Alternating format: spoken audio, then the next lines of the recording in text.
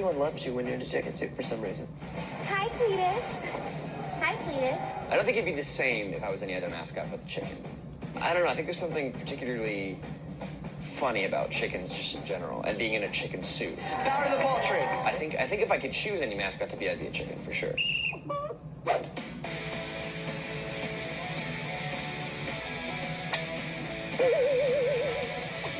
My initial reaction was, I'm not so sure about this, because there was a lot of scenes where Pete was in the chicken suit, and I honestly was kind of apprehensive. Hey, how about that whole chicken thing?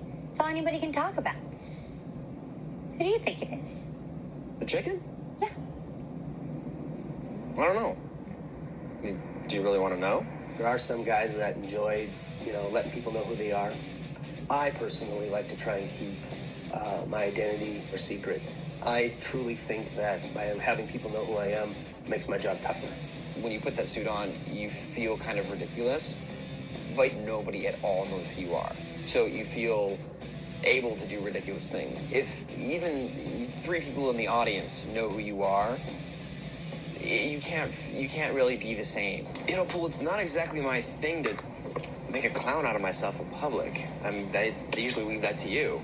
The type of person to be a mascot is such a wide gamut, because you have guys that are funny, guys that on the other side are athletic, and then you have guys in the middle that are funny and athletic. There isn't any one type of person to be a mascot. You have to have more energy than that little Energizer bunny that keeps going and going. Like, for real. I think you have to be outgoing. I don't think you have to be shy. You just have to have a willingness to do it. You gotta have some serious chicken in your heart to wear that chicken uniform for that long, so.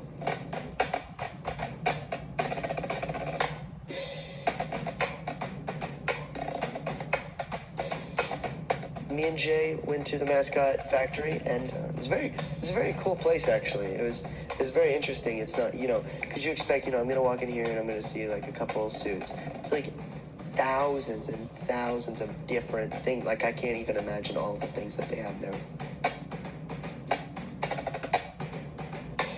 Well, we've got somewhere in the neighborhood of about 400 patterns. My mascot was an eagle. The Bengal. We were the Grace Brethren Lancers. Pigeon. The Silver Wolves. Go Tigers. I don't mean to be mean to all my friends in Texas who go to this school, but dude, it's a yellow jacket. What is a yellow jacket gonna do to like a yellow jacket's this big, dude? It's a bee. You know what I mean? And you get to have fun in a chicken suit. Pete, doesn't get better than that. It's kind of fun. Yeah, it is. Me and Jason went to the table read, and we did the table read together. So we're reading about this rooster suit is the mascot, and we're like, okay, of course, wondering what this is going to look like. So after the table read, we go into a separate room, the sketches and stuff, the artist's room, of what their ideas are on this chicken suits. Disney brought us some designs that were done by Alfred Soleil that we took and interpreted it into the existing costume. And then they just build this rooster. Then we go get them fitted. Right from the beginning, vision I knew was going to be a problem, because you can only see out of the mouth. I mean, you have 0 peripheral, and you get used to that. You can see the screen in here that allows the performer to see out, but the people on the outside not to be able to see in. To secure the head to the performer, we've actually got a skateboard helmet in this one. So I can do all the looking around and nodding and shaking my head and all the whatever chicken moves I want to do. My head is a hockey helmet with a football chin strap. When it comes to heads, as well, there's a big window of different sizes, shapes, vision. 2 very important items in designing any head. We first have to make sure that the mascot can see, and second, that there is plenty of ventilation so that they can breathe, and so that they've got air movement so they don't get really hot and stinky inside the costume. I'm dying inside of this foam chicken head. It's very different. It's like weight in different parts of your body, like that you've never had before. The tail was very long. It was hard to get in and out of places without, hitting people or getting stuck in doors. I think that's one of the funniest parts of the whole outfit. And some of the challenges that come into play when you're wearing that, you don't realize until you're actually in it. Like, for one, sitting down becomes very difficult because you can't fit the tail. Like, if you try and sit, like, against the wall or, like, in a chair, forget it. The tail hooks in the little hole right there, hooks through, buckles here to tighten it. You gotta have it tight because then you can, like, really control it more and kind of, like, make it bob when you walk. In this case, we've added some real feathers along with the fake fur, and then these nice little floppy feathers here to give it a little movement. The simplest part of the costume is actually the body itself. It's just basically a jumpsuit. We've cut the arms a little fuller so that you've got a wing look to it, and then added some additional feathers to give a little more of a bird effect, and just a simple zipper to get in and out of it. Putting on the suit, your hands and the gloves, each character has different hands, you know.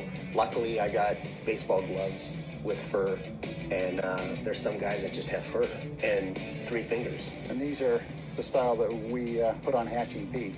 When it comes to shoes, same thing. You have mascots that have little feet, and you have mascots that have these enormous dinosaur feet. The feet were just gigantic. Towards the middle, I started getting the feel of what it was like to walk in them, so it's kind of practice makes perfect in this sense. We're able to actually put a sneaker inside it that fits the individual. The padding is created to go over the sneaker. You do have to get used to the fact that the feet are so large because you have to walk a little bow-legged. The shoes, you can barely walk. I was tripping over myself. You can't walk upstairs. Don't ever walk upstairs in chicken shoes. It is the most difficult thing in the world. Cock-a-doodle-doo! Come on! There's the chicken.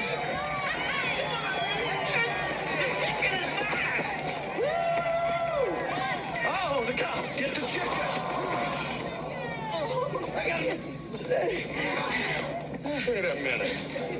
This isn't the real chicken. It's a fake. We got a copycat here. There'd be other chickens, there'd be like 3 or 4 chickens on the set, all dressed in chicken suits at one time. So if I put on the head, like, nobody would know which one was me. That's what I'm saying. I'd be like, I never knew who was in the chicken suit half the time. Yeah. I think we made 4 for the movie, and then I think we made 1 for for an archive costume. There was stunt chicken. You don't want to try this at home.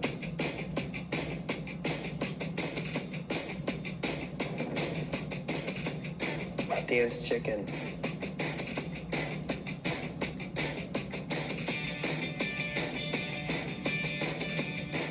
Gymnastics chicken. Me and Jason, and then a pro chicken.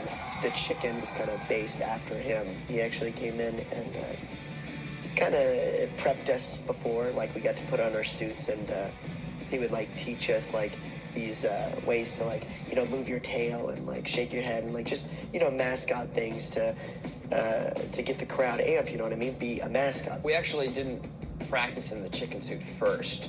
There were some other mascots that were for other schools in the film. Jason was this big lion, and I was a shark. He called himself a shark, didn't he? That sounds like a Mitchell. No, it was bright. It was like it was a blue. It was a very blue dolphin. We would do little things like playing this skit. The mascot guy would say, okay, here's what we're gonna do. There's a piece of, we're gonna pretend that there's a piece of food here, and you guys, in your characters, have to decide, you get to the food at the same time, and you have to decide who gets it. You have to basically fight over the food. And it just sort of got you thinking in the character of whatever animal you were. It's just about practicing in the suit and getting a feel for what your character is. What? Well, I should get back to my cheering.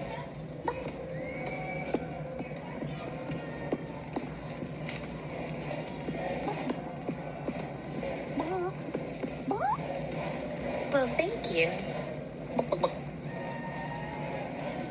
You become the chicken, because if you feel like a guy in a chicken suit, you look like a guy in a chicken suit. So when you become the chicken, you look like a chicken, and it's funny, and it's fun too.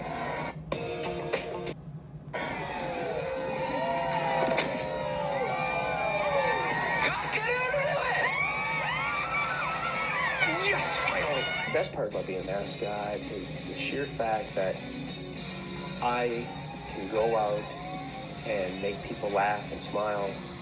I love going to work, and I love getting in the suit and knowing that I can make a difference today either in the community or for the team. Being a mascot is very demanding, very physically demanding. I have so much more respect for the people that, don animal costumes and go out and, do crazy things at games, like the mascots. Just because it takes so much more work than people think. You don't realize how hard it is until you actually go out and try to do it. Being a mascot is the most difficult thing that's ever happened to me in my whole entire life, and I think Jason can vouch for that one too. But overall, it was awesome, you know what I mean? You need to really love it.